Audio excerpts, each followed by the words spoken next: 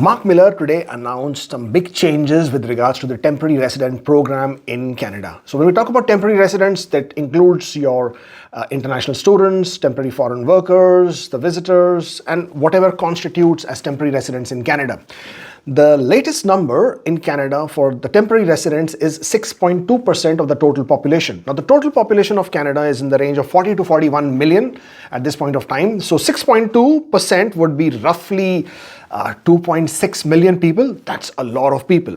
Now compare that to the immigration targets, the immigration levels plan. For this year, it's 485,000, of which if you look at only the economic programs is roughly 265 to 285,000, which tells you the disparity, which tells you how largely this is imbalanced. Imagine 2.6 million people in Canada, temporary residents, versus the available number of slots for permanent residents, only 285,000, give or take a few for this particular year. Now, obviously, I've been saying this for a very long time, that this growing imbalance between temporary residents and PR quotas is going to create a problem. So thankfully, somebody has now woken up to this issue and they are now looking to address it. Hello and welcome. My name is Kubeir. I am a CEC licensed immigration consultant, and this channel is all about Canadian immigration news, trends, updates, and this is one channel that you definitely should follow in case you're interested in anything to do with Canada and Canadian immigration. So the announcements, they want to reduce the 6.2% temporary resident numbers, bring it down to 5% over 3 years. 5%? So you want to reduce from 2.6 million to 2 million, while the number of target would remain almost the same. I mean, how is that going to make a big difference? But apparently it will. So one way of doing that has already been that they have put a cap on the number of international students. So for this year, they are looking to bring in roughly, if I haven't gotten that wrong, 300,000 is the number of international students that they will accept. 296,000 of the international study permits is what they're looking to approve.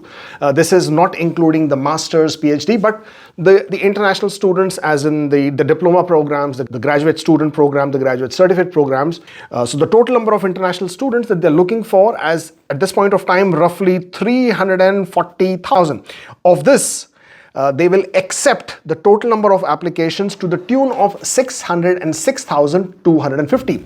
This is the total number of applications they will accept. So if they have to accept 600,000 applications but approve only 340,000 applications, so you're looking at a refusal rate of nearly 40%, approximately, give or take. So they are going to be refusing 40% applications, which is already established. But then this is established based on the historical trends as to how many applications for international students are made, how many gets refused. But this also tells you that earlier what the agents would do is that they would do bulk applications. They would make a lot of these applications. They would submit a lot of these applications because it didn't really matter. It didn't really matter is because they would then be able to claim that they got so many approvals, but they would never tell you that they had made 10 times more the number of applications. With IRCC now going to put a cap, they will be putting a cap on how many applications they will accept and how many applications they will approve. It means that if you are an international student, you have to be very, very aware as to what kind of a program you're applying for. Your SOP has never been more important in terms of you making a good case for yourself. Why are you studying in Canada? What is the program? How does it impact your future career prospects? And what are your ties to the home country, which establish that you will indeed return back to your home country. If you make a good application, hopefully you can get approved. Therefore, these provincial attestation letters, the PALs, have also been introduced. At this point of time, Alberta is approving them. British Columbia is approving them. I am not sure. Manitoba, I think, is also around the corner. Manitoba is also approving them. Quebec was already ahead of the game. They were issuing CSQs long back. Ontario still hasn't woken up. The Atlantic provinces still haven't got their act together, but then we have until 31st of March for these provinces to also get their act in order. So we'll have to wait and see when the provincial attestation letter processes come through. At this point of time, you don't need to do anything for your PALs. All you need to do is apply for your admission. Once you get admitted, your college will get you the PAL, provincial attestation letters, and you will then be able to submit your study permit applications. But this is one aspect of Mark Miller trying to bring the numbers down from 6.2% to 5%. You can then, moving forward, also expect some changes coming on the visit visa applications. Maybe they're going to get a bit more stricter there in their approvals as well. They made a big mess of it last year in January when they gave blanket approvals to people without them having to establish that they will return back from Canada to their home countries. And we have now seen a spate of increasing number of asylum seekers, refugee claimants on arrival after coming to Canada on a visit visa. So that has made a big mess of it. So let's see how Mark Miller achieves this 5% target over the span of next 3 years. But another big change that he announced was with the LMIA applications, the new LMIA applications. Actually, a lot of changes with the new LMIA applications. The first one is that which will be in effect from 1st of May actually. And these targets that they are announcing for the temporary residents, this will also come into effect from fall of this year, September of this year. So you're looking at new targets being announced, new restrictions being made. So all of this coming later on towards the year. But for the LMIA applications, what is going to happen is that during COVID, ESDC made the changes whereby the expiry date of the LMIAs were extended from 6 months to 18 months. So you had 18 months for an applicant, for an employer to find the applicant, or for the applicant to make their work permit applications, to apply for their permanent residence, or whatever the case may be.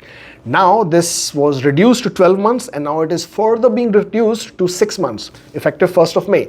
So if your LMIA application is already in progress, won't matter. If you already have an LMIA, won't matter. This won't impact you. This will only matter for the new LMIA applications, where the expiry date for these LMIAs is going to be much shorter, only 6 months. Within this 6 months, if you hold an LMIA, then you should apply for your work permit, or you should be able to submit your application for permanent residence if you are claiming points for it, or if your LMIA is only PR supporting. In addition to that, if you're applying for a low-wage LMIA, and this applies to the employer, then the cap has also been reduced from 30% to 20%. Again, that will apply to most industry types, but not to agriculture and healthcare. I think construction is also included there. So the critical industries will continue to enjoy the same cap, but the others would have a reduced cap for their low-wage LMIA applications. Another thing that was also announced is that when an LMIA application is made, the employers have to ensure that they make adequate recruitment efforts, and prove that they were not able to find any Canadian permanent resident or citizen to be able to do that job, and therefore they have to go outside Canada, or they are looking for a foreign worker to perform this role.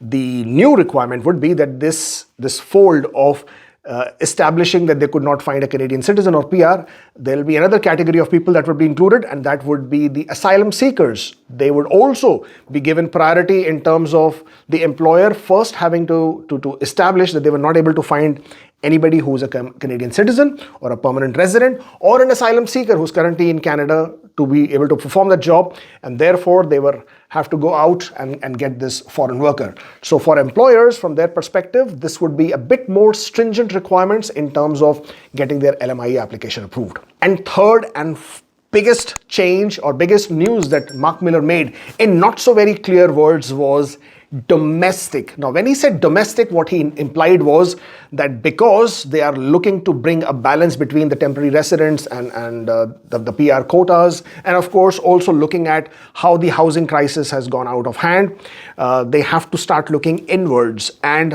with the contribution from the provinces as well as the federal, they would start looking at conducting more draws that would be domestic in nature. Now, obviously, he did not clarify in very clear words, but I'm going to speculate here, and I have to take that liberty to speculate and assume that when he's talking about domestic, he's referring to temporary residents, obviously, who are in Canada, so international students, foreign workers, and when he would conduct domestic draws in conjunction with the provinces, so you can see the provinces trying to give more emphasis to people who are inside Canada. And not only that, I'm also assuming when it comes to federal, you could possibly start seeing more Canadian experience class only draws in express entry. Now, I've said this before, if they were really looking to bring a change within the housing market or within or trying to rectify the situation or trying to bring some solutions with the housing crisis, well, first thing would be to start encouraging people who are inside Canada to become permanent residents, right? Or give them a pathway, because That way, people are not coming from outside Canada, so they are not adding any additional burden. And at the same point of time, you're able to offer a solution to people who are already inside Canada. So what better than to offer a CEC specific draw? At least, I'm not saying make all of them CEC specific. Of course, you do need talent, you do need skill set. So there are a lot of people outside Canada who probably will bring that skill set and talent, but at the same point of time, there are also tons and tons and tons of people who are inside Canada who may possess that kind of skill set, who are just looking and waiting for that pathway but just not able to find one. So therefore, by conducting that CEC specific draw, there just might be an advantage for people who are inside Canada to find a pathway, probably bring those frustration levels down amongst all the temporary residents that is gradually building up, and hopefully giving them a pathway for something that they probably were promised, not in a direct manner, but indicative manner, so they can finally call Canada their home. That's all that I have for you for this update from Mark Miller. Hope you will subscribe to this channel, because this is where you get the most up-to-date and recent and latest updates in Canadian immigration.